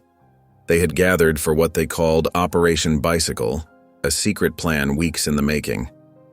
"Is everything ready?" Miss Margaret asked, her eyes twinkling as she adjusted the large red bow on a gleaming new bicycle that stood hidden behind her rose bushes. Mia nodded, wiping happy tears from her eyes. "I can't believe everyone contributed so generously. This is so much better than the second-hand one he's been saving for." Danny bounced on his toes, eager to see his best friend's reaction. He had been tasked with the important job of bringing Nico to Miss Margaret's house without spoiling the surprise. When Danny returned with Nico, the crowd burst into applause. Nico stopped in his tracks, his eyes wide with confusion. "What's going on?" he asked, looking around at all the familiar faces. Miss Margaret stepped forward, her voice thick with emotion. "Nico, dear, the community wanted to show you how much your courage and determination meant to us all." She gestured toward the rose bushes, and two neighbors wheeled out the shining new bicycle. Nico's jaw dropped. The bicycle was better than anything he had ever dreamed of. Metallic blue paint sparkled in the sunlight, chrome handlebars gleamed, and new tires looked ready for adventure. This is for me?" he whispered, reaching out to touch the handlebar as if to make sure it was real. "You fought for what was right," Miss Margaret said, placing her hand on his shoulder. "You showed us all what one person with a good heart can accomplish." Her eyes filled with tears as she continued, "You're my greatest student, Nico. You taught me that age doesn't matter when it comes to making a difference." Mia stepped forward to hug her son. "The whole neighborhood pitched in," she explained. "Everyone wanted to thank you for standing up for what's right." Nico climbed onto the bicycle seat, his feet barely touching the pedals. The crowd cheered as he made his first wobbly circle in Miss Margaret's driveway, gaining confidence with each rotation of the wheels. "Go on," Miss Margaret encouraged. "Take it for a proper ride around the neighborhood." With Danny running alongside him, Nico pedaled down the street, waving at neighbors who came out to their porches to greet him. His smile was brighter than the morning sun as he rode past the places that had become landmarks in his journey. The market where they had gathered signatures, the town square where they had held their rally, and even the milk depot, which now operated under new, fair management. The sound of his laughter echoed through the streets as he circled the block, the red bow streaming behind him like a victory flag. Miss Margaret watched from her yard, her heart full of pride and joy, as the boy who had changed their community rode past on his well-deserved reward.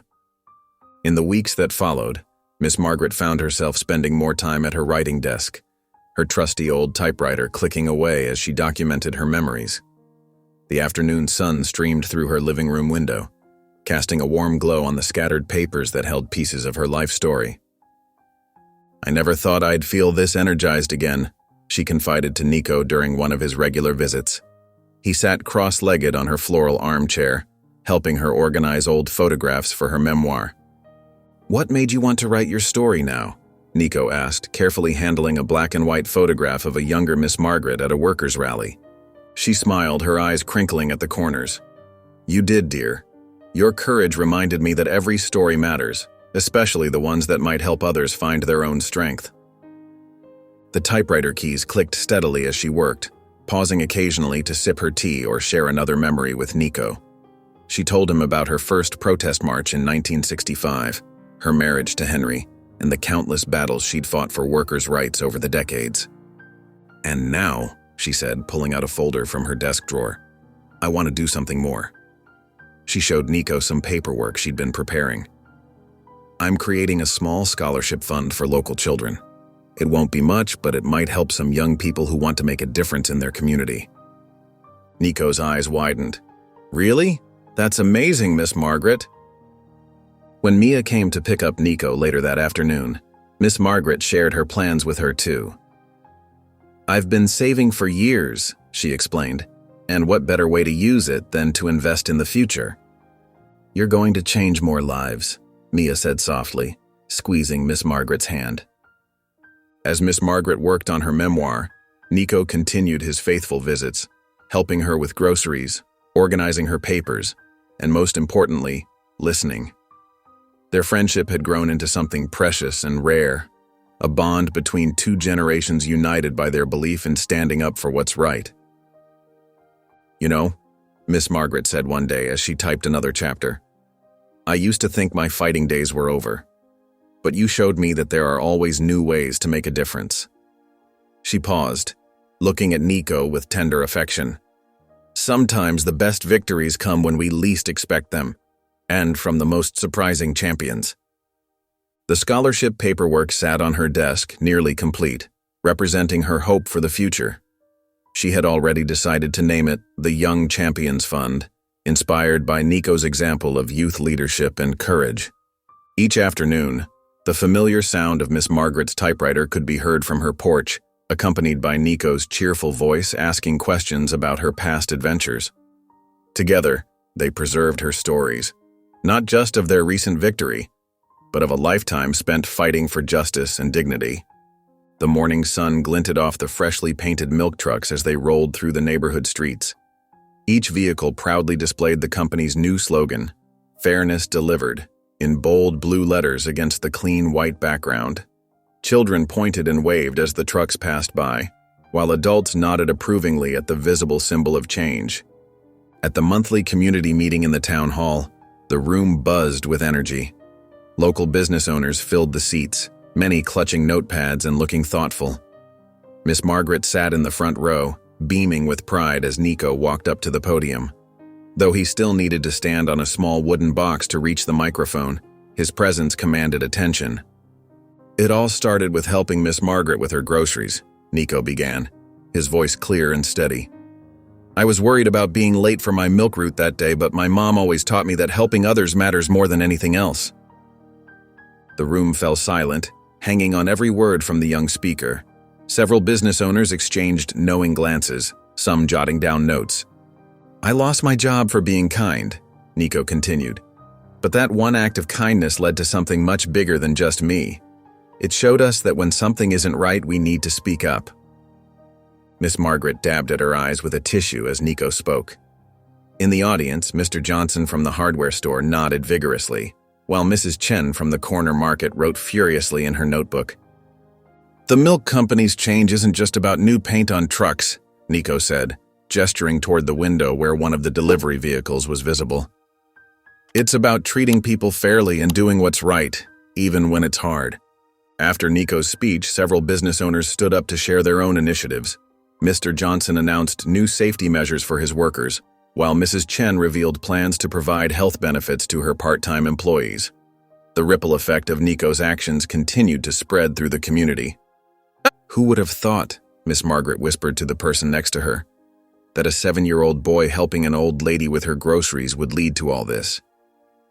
The meeting room hummed with positive energy as business leaders compared notes and discussed ways to improve their practices. The milk company's transformation had become more than just a single victory. It had sparked a movement of consciousness throughout the entire community. When Nico stepped down from the podium, the applause was thunderous. Miss Margaret enveloped him in a warm hug, and several business owners lined up to shake his hand, each promising to review their own company policies and make positive changes. Fairness Delivered wasn't just a slogan on milk trucks anymore. It had become a reminder of how one small act of kindness could transform an entire community. The late afternoon sun cast long, golden shadows across Miss Margaret's front porch as Nico pedaled up on his shiny new bicycle. The spokes gleamed as he carefully propped it against the railing, making sure to use the kickstand just as Miss Margaret had taught him.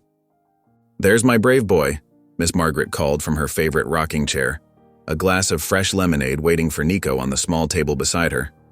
Nico bounded up the steps, his face bright with joy. "Hi, Miss Margaret. I saw 3 more stores with fair wages signs in their windows today." He settled into the wicker chair next to her, and together they watched the neighborhood children playing hopscotch on the sidewalk. Danny was among them, calling out encouragement to his younger sister as she hopped between the chalk squares. "You know, Nico," Miss Margaret said softly, her eyes twinkling, "watching all these changes in our community reminds me of something important." She reached over and patted his hand. The future is in good hands with young people like you, people who aren't afraid to stand up for what's right. Nico squeezed her hand gently. I couldn't have done any of it without you, Miss Margaret. You taught me everything I know about being brave. Oh, sweetheart, she chuckled. That bravery was always inside you. I just helped you find it. Across the street, Mia chatted with neighbors while watering her front garden. The milk truck drove by, its new slogan gleaming in the sunlight, and the driver waved cheerfully. Several shop owners stood outside their stores, proudly displaying their new workplace commitment signs. I promise I'll always remember everything you taught me, Nico said earnestly, about kindness and standing up for others, and never giving up when things get hard. Miss Margaret smiled warmly as they watched the neighborhood bustle with activity. Children laughed and played, neighbors greeted each other warmly, and the whole community seemed to pulse with a newfound spirit of unity and kindness. The reformed businesses stood as testaments to positive change, from the grocery store's new employee break room to the hardware store's safety improvements. Each storefront told its own story of transformation, inspired by a young boy's courage and an elderly woman's wisdom. Danny waved excitedly from the sidewalk. Nico, want to join our game? Nico looked at Miss Margaret, who nodded encouragingly. Go on, she said. That's what all this was for, a community where children can play and grow up knowing what's right. If you enjoyed the story of Miss Margaret and Nico, I handpicked this next story that will touch your heart. Please don't miss this one. Click here to watch it.